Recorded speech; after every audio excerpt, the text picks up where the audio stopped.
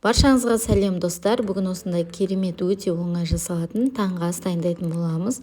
Ол үшін бізге қызанақ, бір жұмыртқа және пияз қажет болады. Көк пияз немесе осылай ақ пияз қолдансаңыздар болады. Қызанақты дөңгелек етіп кесіп аламыз және оның ішін ойып аламыз.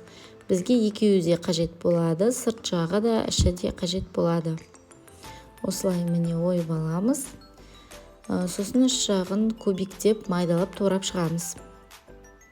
Біз екі ғана адам болғандықтан осы бір қызанақ жеткілікті болады.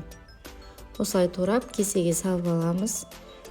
Көк пиязымызды немесе осындай ақ пиязымызды да майдалап кубиктап турап шығамыз.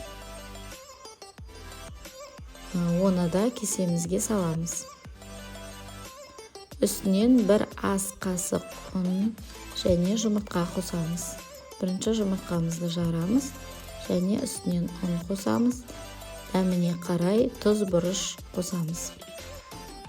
Осылай бір келкі болғанша жақсылап араластырып аламыз. Ұнымыз іртік болмас үшін жақсылап араластыру қажет. Және бұл уақытта табамызды қыздырамыз. Оның үстіне азғантай май құйып, жаңағы алған помидорларымызды қойып шығамыз. Майымызға қойып шығамыз.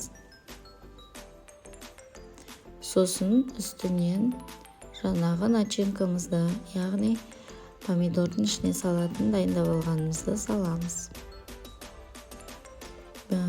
Бетін жауып 1-2 минутқа қалдырамыз.